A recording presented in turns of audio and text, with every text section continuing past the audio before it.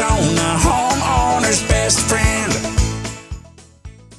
Now, as I'm doing all of this transitioning inside, hardening off on the outside, planting into the ground, do I need to have the same soil for, like, you know, because I'm assuming if we're starting inside, we're using some kind of potting soil.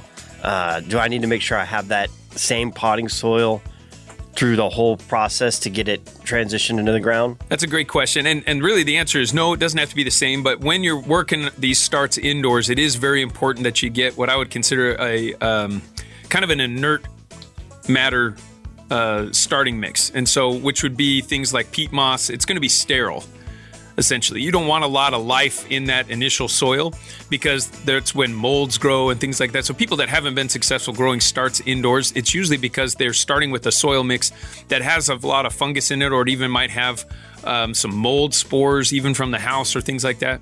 So I like to actually put my seed mix, if it's not already sterile, it's not already in a sealed bag, as a starter mix that you can get. You can buy little bags of starter mix or seed starting mixes. I would actually put it in my oven at 250 degrees for about an hour, just to get it to a level that it's not going to start growing other crazy stuff on me.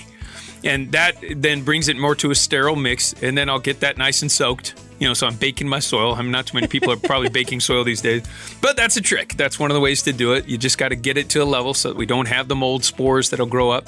Because in those first couple weeks when they're really moist and you got some warmer weather and we got warmer temperatures like inside our house, then those mold spores can grow and overtake our seed. And then that's a non-transplantable seed. So to have success, we want to make sure that it's nothing else but the seeds growing. And all we need is moisture and texture, you know, something that it can grow into. Even just growing straight into vermiculite is actually another recommended option, where you can grow in vermiculite, get the seeds sprouted, get it started, and then transplant it then into the ground or into another pot. So indoor mix, I like mostly peat moss, and we use that to do our little starts. There's little Jiffy peat moss plugs you can get that are really nice and convenient.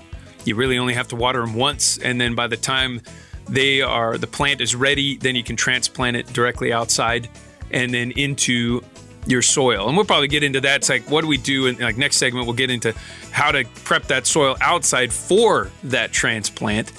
But first step is get that transplant started, get something growing. Now, do you and your wife share the same kitchen? We do. We do share the same kitchen. There are thankfully 2 ovens. Okay. And there's kind of the nice oven and there's the less nice oven. So, you know, I can sneak the soil in the less nice oven. Thanksgiving turkey doesn't have to get held up because Dad's cooking peat moss. Right. I should think about adding some herbs next time just so it smells a little better. Rosie on the house, every Arizona homeowner's best friend.